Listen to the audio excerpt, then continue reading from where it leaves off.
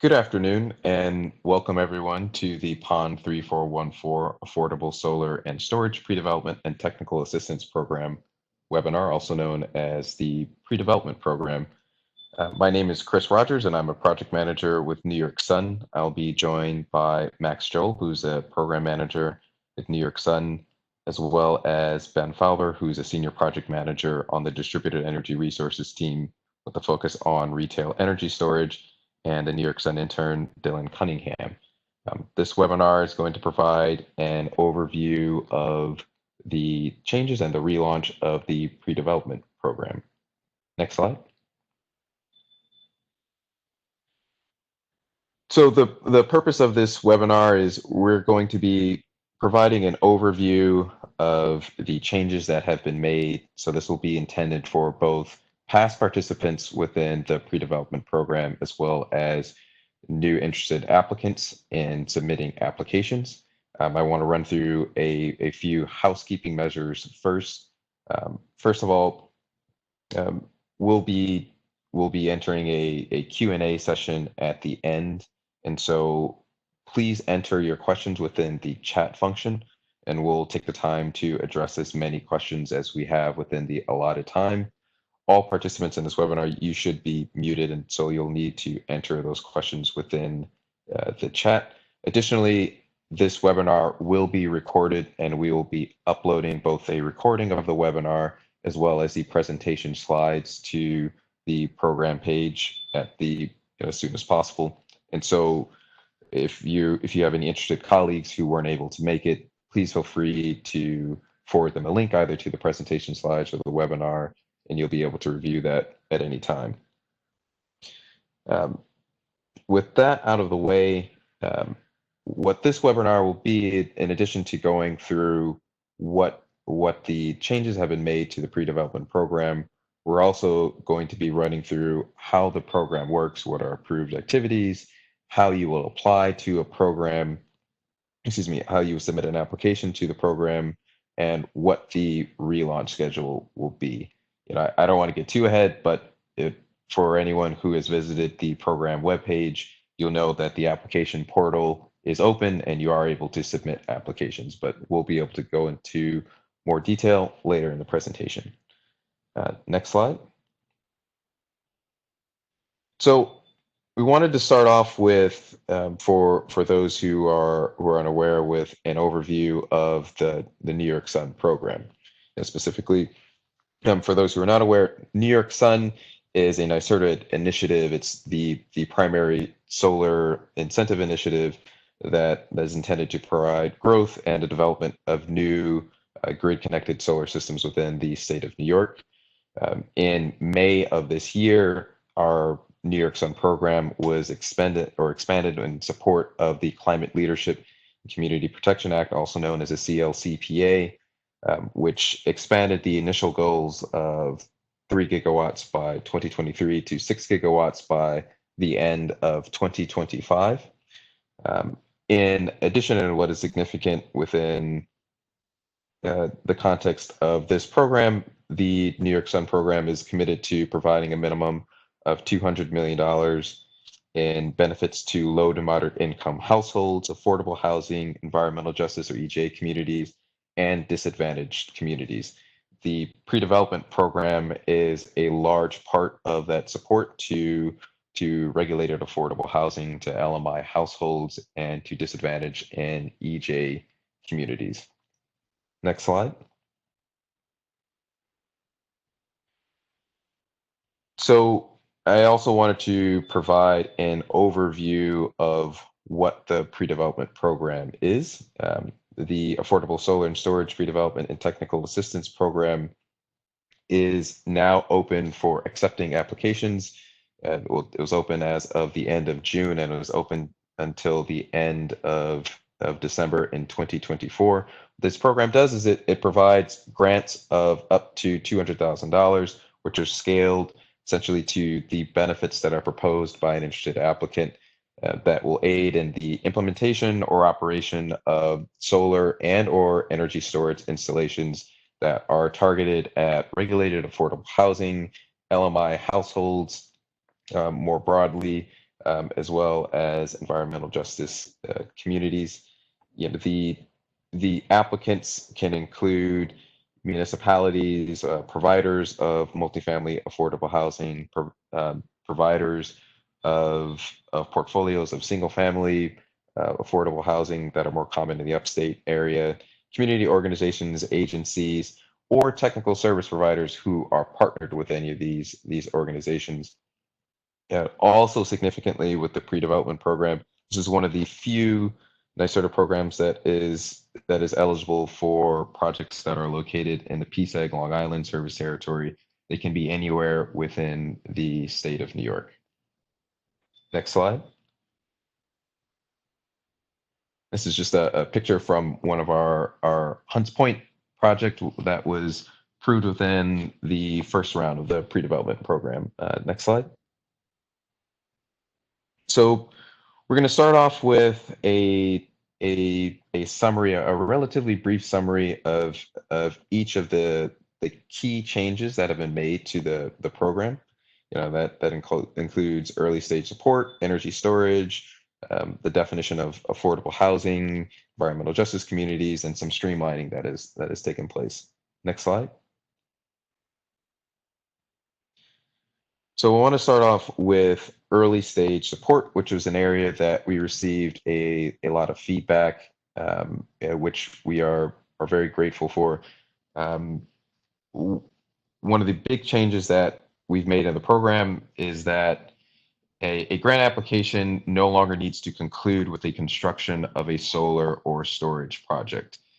What that means is that if you had a grant application that was entirely focused on site identification or outreach to LMI households, that would be an acceptable application. And the goal here is that we're trying to support the growth of a pipeline of LMI-focused projects across the state. And the type of activities that will go into doing that, there's a number of activities that we're intending to support with this program that would occur before the actual construction of a solar or storage project. Now, that doesn't negate the need to submit a detailed work plan that would have concrete milestones, but what it does is that it opens the door for a wider range of technical assistance and community outreach that previously would have been prohibited in the program. Additionally, in another effort to support the earlier stage development of projects, upon the approval of a grant application and the execution of the agreement that an applicant would be signing with NYSERDA, up to $5,000 will be immediately available to the project teams. Next slide. The next big change is inherent to the name of the program of Affordable Solar and Storage. What this means is that energy storage focused projects are now eligible to be covered under the pre-development program. One area that I would like to highlight is siting in New York City. And this is something that our review committee will be looking at very closely because of the well-documented challenges that are involved in siting a storage project in New York City. For example, a storage project in New York City cannot be located indoors. And so if you were to submit an application that included a storage component in New York City that was intended to be sited indoors, naturally the review committee would assess that within the context of that's not a project that will be able to come to fruition. What we would ask you to do is to address these concerns in your application so that the review committee knows that you've taken this into consideration. And as with early stage support, you'll need to clearly lay out and describe what the benefits will be for this project, for environmental justice communities, for multifamily housing, or for LMI households. Next slide. The next area of change is related to the definition of affordable housing. And the earlier in the implementation of this program, there is a more strict definition of affordable housing that was related to, or that was restricted to multifamily housing, which is what you see more in urban areas. What we have seen though in the state of New York is that in the upstate region, there are housing providers that operate large single family housing portfolios, which are the equivalent of or directly analogous to the multifamily housing structure that you'll see in more urban areas. And those projects would be eligible for funding under this program. Um, what this change really does is it allows housing providers that are using different structures to apply for grants and for support under this program, and without making it a distinction that would more favor projects that are located in urban areas. Next slide. The next area of change is related to environmental justice communities, which is in accordance with the Climate Leadership and Community Protection Act. What we're doing is we're opening up the program to project proposals that involve support for environmental justice communities. This is indicative of an expansion to include a wider range of projects overall. One of the areas that I'd like to highlight on this is that the definition of environmental justice community that typically includes or will involve some sort of demographic, geographic, and pollution factors that would go into defining what an environmental justice community. And for those who are thinking about these sort of projects, we're more than open to having discussions about what that project would actually look like. Similar to the other areas of support that we're expanding eligibility to, you would still need to submit a detailed work plan that has concrete milestones, but we're trying to be understanding and flexible that a project that's targeting environmental justice communities may look different from a project that's going to be built on a number of portfolios of multifamily affordable housing. Next slide. And the last area of changes is related to streamlining in terms of the overall operations of how the pre-development program works. So there have been numerous back end and front end changes that have been highlighted by the new application portal that we'll be discussing in a later slide. What the other big change that we've made in an effort to streamline the program application review process is that we're transitioning from a rolling submission basis to a rolling quarterly submission schedule, which we believe will improve the review committee preparation for applications, and it will also allow for the building of momentum with submission deadlines, quarterly trainings or regular trainings that we're planning on having about lessons learned, as well as answering questions. We'll be able to announce these quarterly submission dates and provide trainings along the way instead of having a blanket rolling basis. And we believe that will help us to build and sustain momentum in this program. Next slide. And this picture here is of an HDFC co-op in Brooklyn, 838 Park Place, which is a great example of a project that's supported by the pre-development program and utilized other nicer incentives in addition to the solar incentives that we're really hoping to see more of. And next slide. So this next section of the webinar, we're going to get into some of the more details about how the program works, and including supported activities, how you apply to the program. Next slide. So what I touched on in the beginning here, and what I want to highlight is that the presentation slides, as well as a recording of the webinar, that will be available at a later time. So these next two slides, they're fairly dense, and they're intended to be a more consolidated summary of what is in a supported activity under this program. I'm not going to go through it bullet by bullet, but we will make this available so that you'll be able to see this at a later time. In addition, the solicitation summary contains this entire list with more detail, and so you will be able to prove that.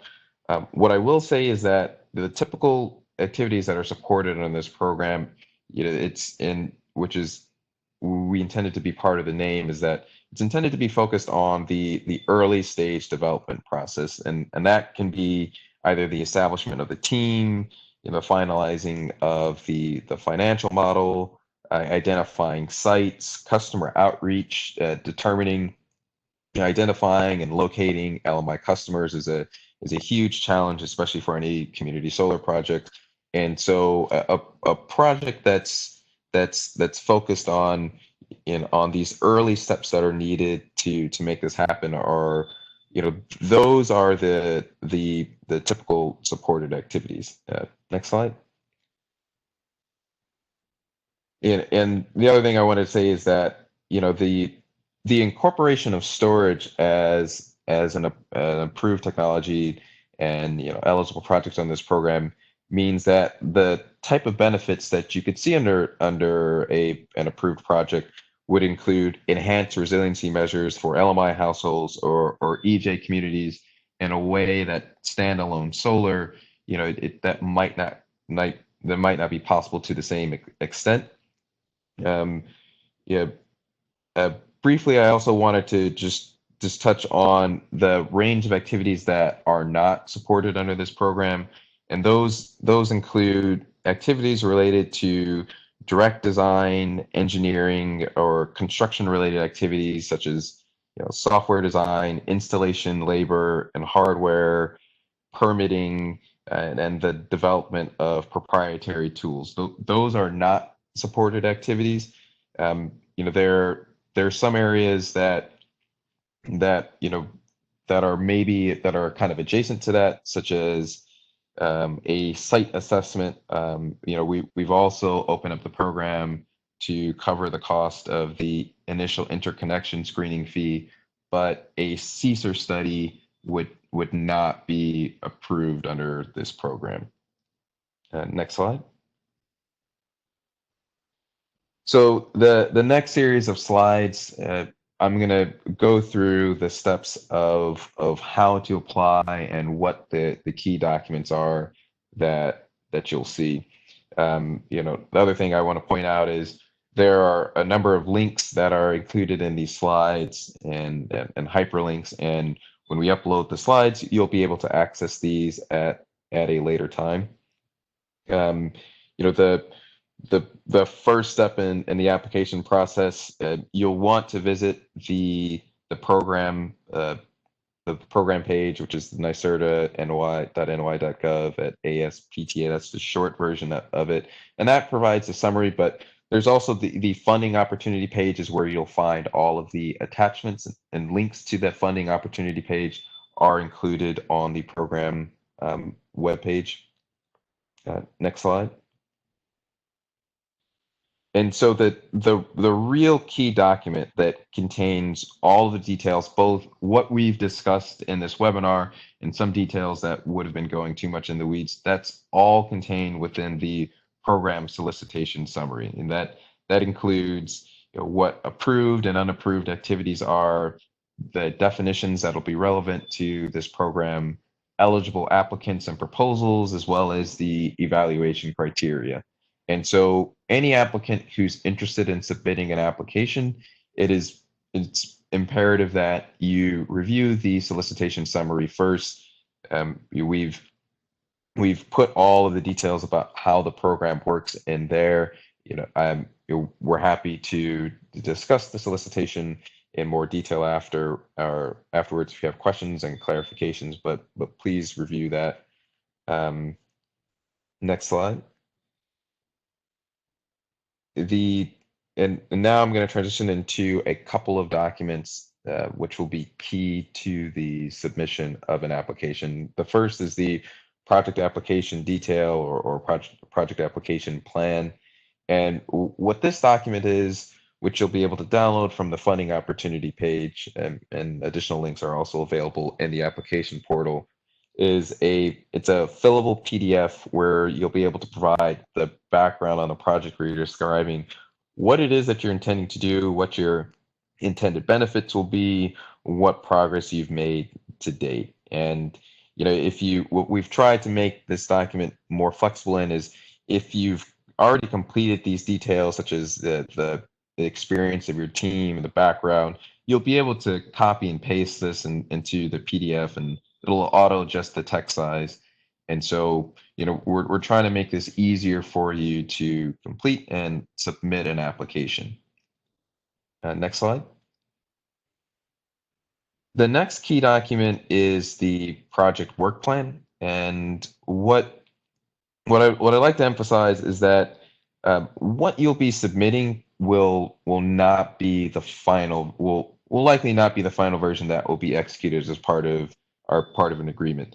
It's still necessary to add in as many details as possible at this time, and to really explain out in terms of who will be responsible for what activities and outcomes, and what is intended to occur. But uh, when the review committee receives these applications, there will likely be comments that they'll be making, and additional details that will request, and so that will build upon the work plan that you submit. But the work plan that you submit, that's what's going to communicate how it is that you intend to bring your project to fruition, and there will likely be some adjustments along the way. Next slide. And I wanted to go a little more detail in terms of what, I guess, what's contained within the project work plan.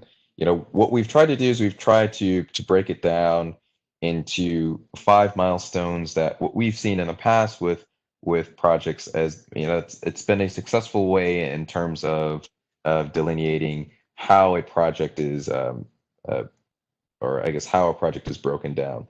And what you'll notice, the first milestone, I referenced that a little bit earlier, but that milestone in the contract execution, once you've executed a contract and an agreement, that's the point where we're going to make available up to $5,000 to all of the project teams, and it'll basically include the finalization of the work plan and the scope of work. Um, and what you'll see from there, and what we've seen in the past is what project teams have started out with in the mobilization phase is it is the, I guess, the explanation of who will be the stakeholders that are going to be fully committed and contracted or subcontracted, and they've been assigned roles to work on this project, as well as what will be the additional funding sources that you believe you'll need, and typically we'll see some sort of launch meeting, and that usually transitions into the midpoint milestone, and then the substantial completion, where midpoint is where you see the meat of the activities that will be taking place. This is when typically the customer more customer outreach is occurring, and this is really milestones that we expect will show that the project is carrying along. The other point that I wanted to point out is we've structured it in this way that teams have I guess found successful in the past, but each project will be different, and each project is going to have a different set of activities and milestones. And so if this format does not work for the application that you're working on, you know you know we're more than open and flexible to I guess different arrangements and different structures of how you would like to do these milestones. We're strongly encouraging folks to start with this, I guess, foundation, because we've seen it work in the past. Next slide. And so the last document that I wanted to go into is the standard agreement. And so when you execute an agreement with NYSERDA, what it will be is a combination of the standard agreement along with the finally approved project work plan. And while there's a lot of flexibility on the project work plan, there's less flexibility in what comes down to a lot of state mandated rules in the standard agreement. But what we wanted to do is we wanted to provide this so that any interested parties can review what the standard terms and conditions are for contracting with NYSERDA, and we would encourage you to provide any comments on any of the sections so that we can determine if there is any flexibility in changing, I guess, any of these terms. Next slide. So these next couple of slides, they're going to focus on the project application portal. For those who have not already checked it out, the new submission portal will all be done online. What the online application portal does is it takes all of these fillable PDFs and these documents, and you enter in your basic contact information, and it'll allow you to submit the required documents along with any supporting documentation online. Next page or next slide.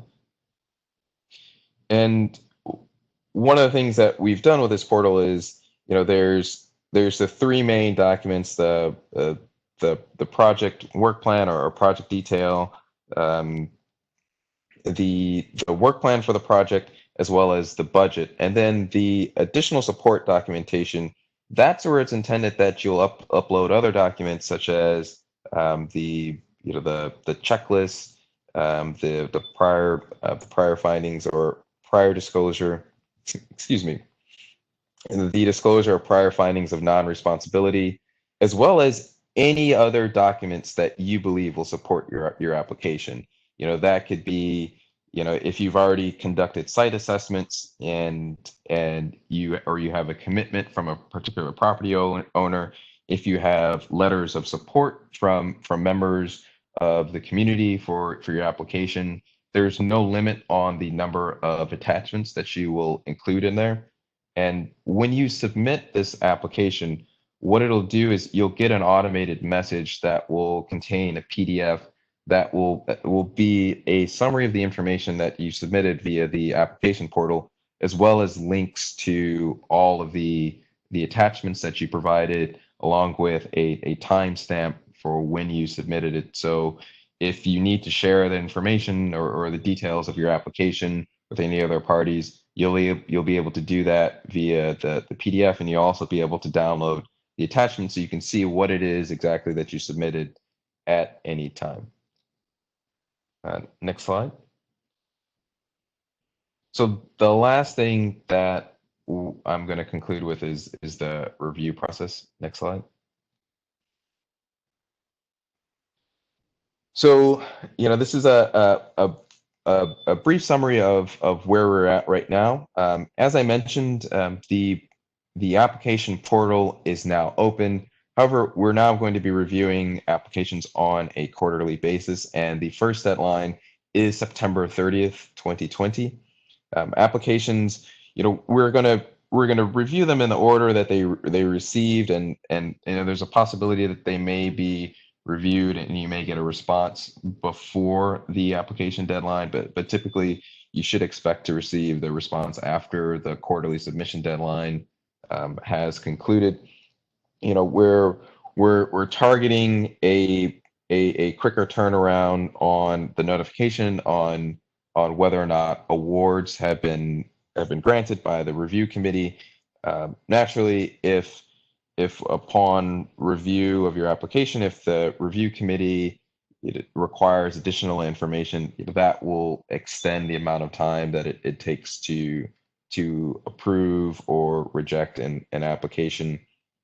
But the quarterly application process, along with the online portal and I guess the updated and streamlined attachments, the goal is that we're going to dramatically cut down the amount of time it takes to review applications and to complete the contracting process so that you can go for it. Next slide. And so with that, that concludes the, you know, the presentation. And so what I'd like to do now is we're going to take a few minutes to consolidate, questions that have been received in the chat, and then we're gonna start the Q&A.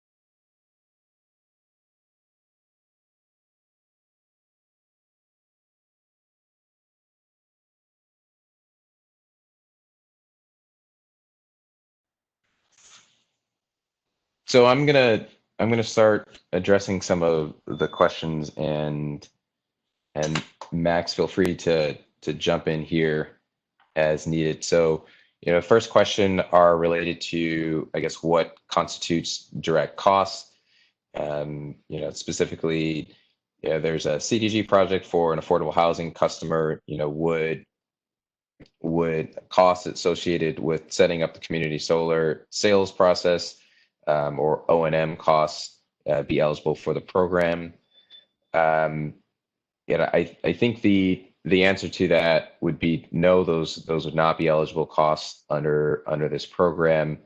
I think that the only area on flexibility there, I think, the intended recipients of the grants would be affordable housing providers, as well as different municipalities and community organizations. And if in I guess in partnership with a technical service provider, if they were conducting the outreach to identification of LMI households, that's kind of adjacent to the community solar process, but the sales costs associated with that would not be covered.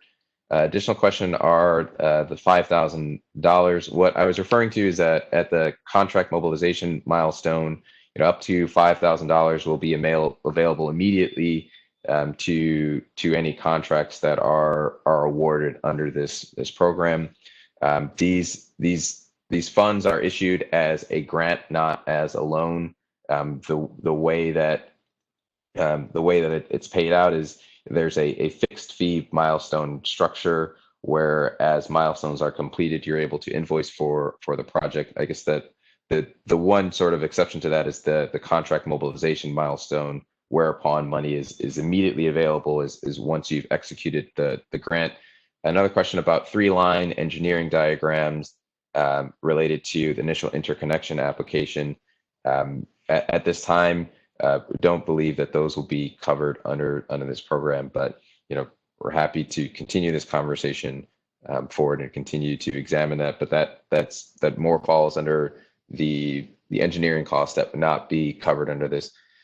Does the application need to be a particular project in a pipeline, or can it be for having a developer under contract? I think the goal there is that we're trying to be more expansive. And so if you're one of the entities that are eligible applicants for the program, and you don't have a project, I think that the early stage development intent is that you would be building towards that project. And so this is not a project that is paid.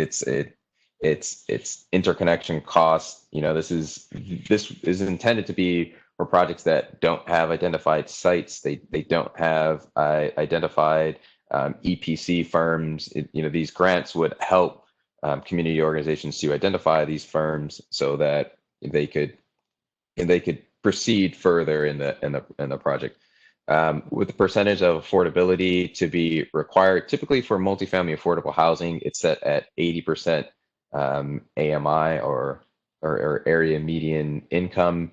I think I guess if the question is, if you're talking about if would a project be that's targeting privately owned housing that has an affordable housing set aside, it I the intent of the program is to target LMI households as well as affordable housing, and so I think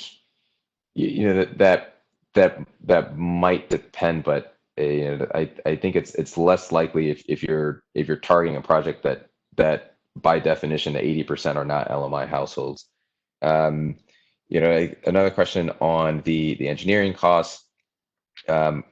Site mechanical engineering, no. Site environmental impact study, no. Site electrical engineering study, the 3-line diagram, likely not, or the cost of the initial interconnection review, that also would not be covered. Regarding the metrics that are used to review applications, what are those? It's a great question. So what we've tried to do, and I guess I'm not sure how much detail to go into, but what we've added in the solicitation summary is a list of what the evaluation criteria is, as well as what the program policy factors. Those focus on the scope, the feasibility, the benefits, what the market potential is, and the project team and support, and the project value and economics. I know that's a very broad summary of what that is and what the metrics, but those are the areas that are being looked at for each application, and they're going to be very, very project specific, which is why it's important to add as much detail as possible in your application and the supporting documentation, and laying that out with the work plan. Is there an overhead requirement within this PON? I'm not sure. I understand the question. Although maybe we can come back to that, or Max, if I'm just blanking on what that means, and help me out there. Limits the number of times an organization can apply between now and the end of 2024. Fantastic question. The answer is no. But we are going to look at the capacity of the proposer in the review process. So if it's a small organization that submits, and this is just a hypothetical, but if a small organization is proposing to complete 5 projects within the next year, I think the reviewer would take into account that organization probably doesn't have the capacity to complete all of those projects. This also means that a prior grantee from the first round of this project is not prohibited from submitting a grant. And in addition, because of energy storage is now an approved technology under this program, if we would look at an application that was looking at adding storage to an existing solar project, and I'm not exactly sure what that would look like, or if that would be very economical or feasible, but you wouldn't be prohibited from proposing to do a storage project where there previously had been a solar project that had been supported under this program. Another question: Are 18-month cycles expected to be completed before anyone may reapply for additional incentives? No, not if it's a different building or it's a different project, and then that goes into looking at the capacity of the proposer to do that. But suppose you had a portfolio of just those out there, HDFC co-ops in Queens, and there's 30 of them that are ready to go right now. And then there's another portfolio that you're working on in the Bronx. You would not need to conclude or complete the installation of those projects, and include them all together. I guess provided that this is, there's also, if you can distinguish what this project is, it's a different portfolio, and there's logic behind it. I think we would try to be open to that application. Can this be applied to costs that are already incurred on projects that have not reached the commercial operation date or the notice to proceed? No, they cannot. For the outreach, are we able to work with a community benefit organization in the community? Absolutely. If the purchase of the solar panels without including installation permitting eligible, the hardware costs are not eligible under this program. One thing that I think I briefly alluded to before, though, which is inherent in I guess the recently approved operating plan and New York Sun petition, which added funding explicitly for targeting LMI households, is that you know we're all of this grant program. It's a separate grant program, but it's intended to work in collaboration with the existing New York Sun incentives that apply to all new grid connected solar systems that are built by a New York Sun approved contractor, which also means that the multifamily affordable housing adder, which now provides a dollar per watt incentive for projects that are physically sited on regulated affordable housing, they would be eligible to receive those incentives, which are intended to address the cost of the hardware itself and bring down the cost of the system. And that would stack with a grant that you might have to do outreach to LMI households, the identification of sites, or I guess other site feasibility or financial modeling work for a solar and or storage project.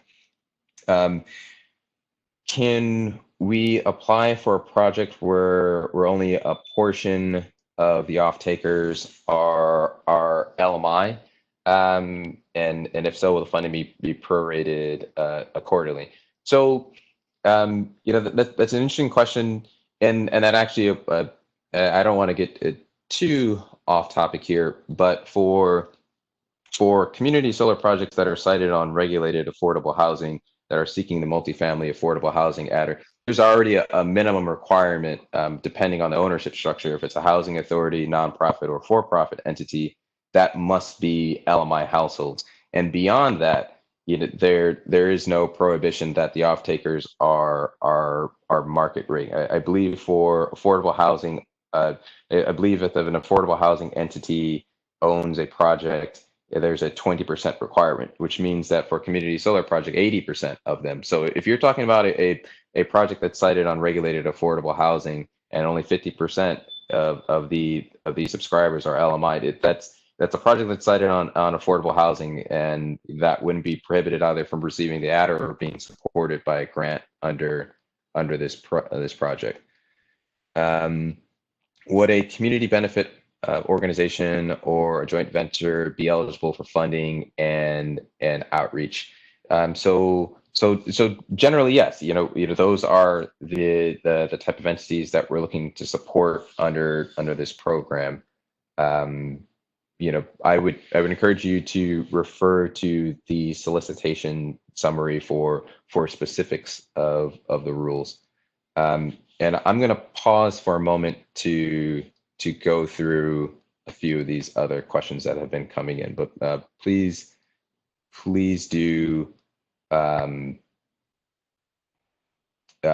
continue to add in questions.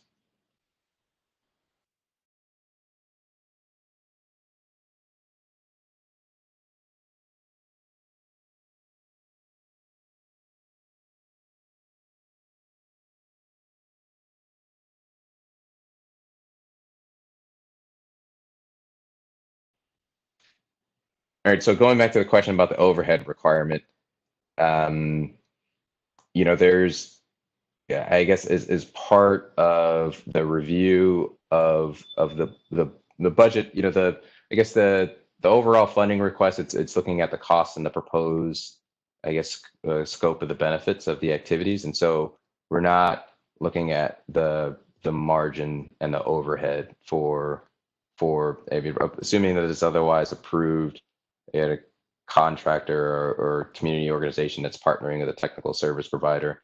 I guess the specifics of that within a subcontractor, that's not going to be uh, assessed, I believe. But I may be wrong on that, and I can get back to you. But we're looking, the size of the budget. It's focused on I guess how well it addresses the problems that are identified in the program, which is the lack of solar and or storage projects that are benefiting LMI households, and affordable housing, whether those be multifamily or single family.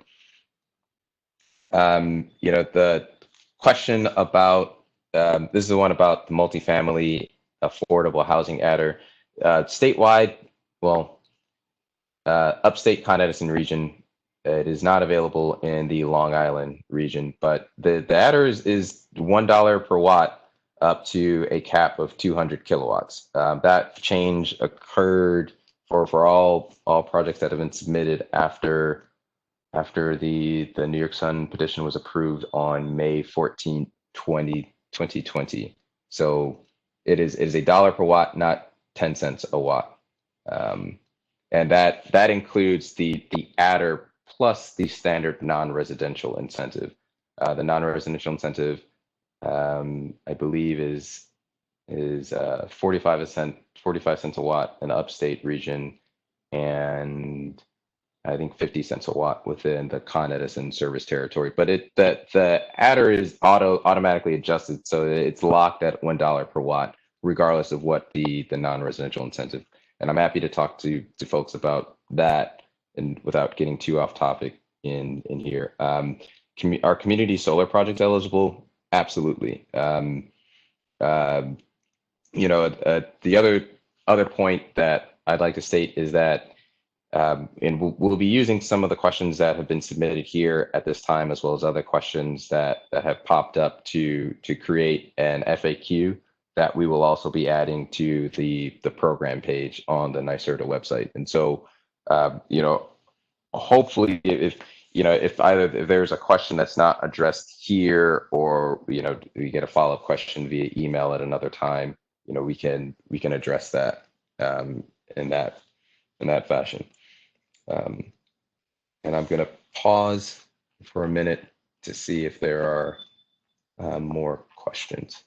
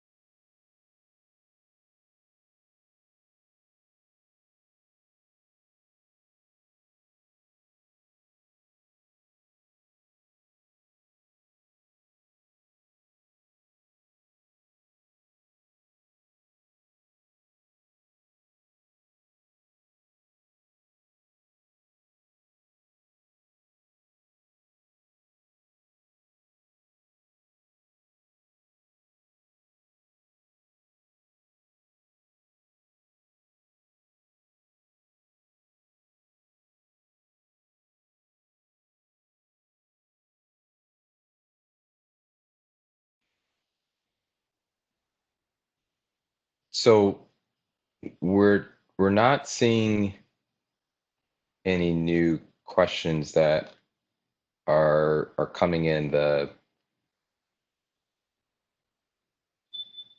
chat. Oh, it looks like we might get, here's a couple stragglers.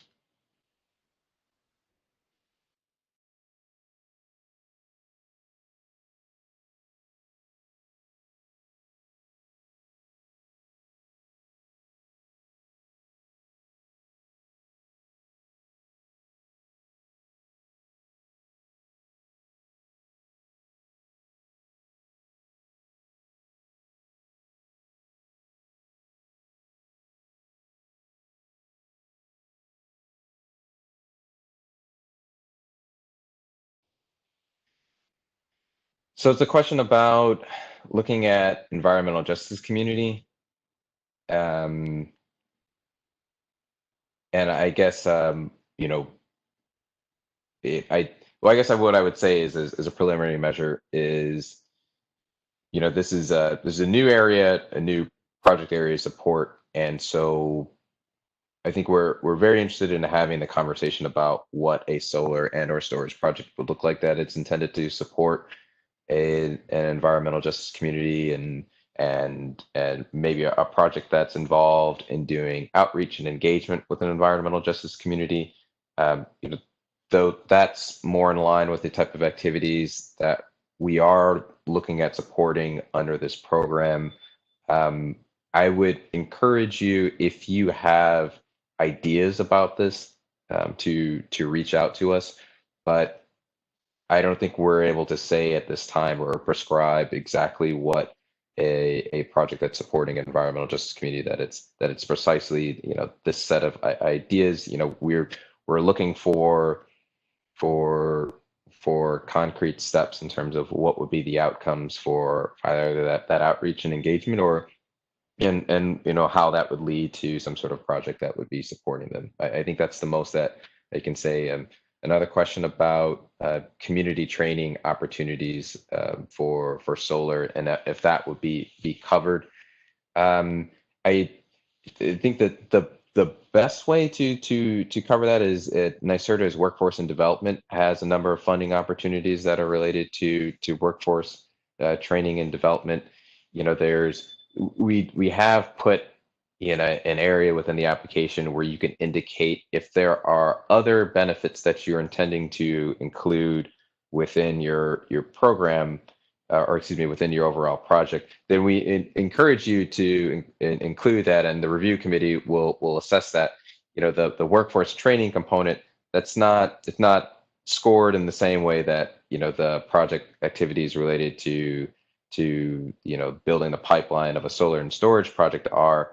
But they are looked at as, all right, well, there's this project and there's this additional set of benefits that will occur, including workforce development, and so they're, it is part of the overall value and assessment. But as far as express funded opportunities, the NYSERDA workforce development, that's the area where that would be covered.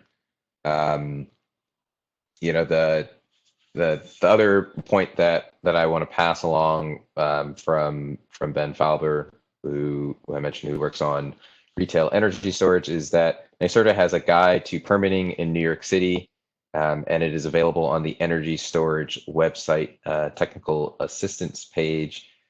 I'm going to see if I can, I'm not sure if that will make sense going in the FAQ, but maybe I can copy and paste the link in the chat. But or if you're familiar with the energy storage website, within the technical assistance page, the permitting requirements are available there.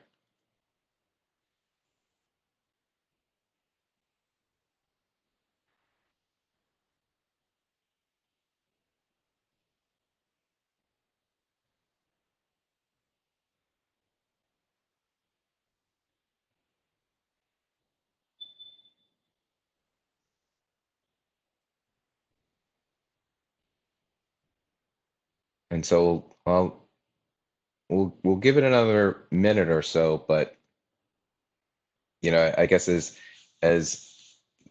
I see folks are slowly dropping off, I wanted to make sure that, we thank everyone for joining this webinar about the now relaunched pre-development program. It is open for new applications. The deadline is September 30th. I would encourage you to reach out, either to myself, or you can send an email to the affordablesolar@nycerta.ny.gov inbox, with any follow-up questions, either about this presentation, about proposed projects, about ideas that you have for projects in different areas of the state that you believe could be or should be supported under this program, as well as if you have any feedback on areas of support or unapproved activities that I have mentioned during this webinar. I'd also like to again state that this webinar has been recorded, and we will be uploading both the recording of the webinar along with the presentation slides to our website, so you will be able to review them at any time. And with that, I believe that will conclude our webinar. And thank you all for joining.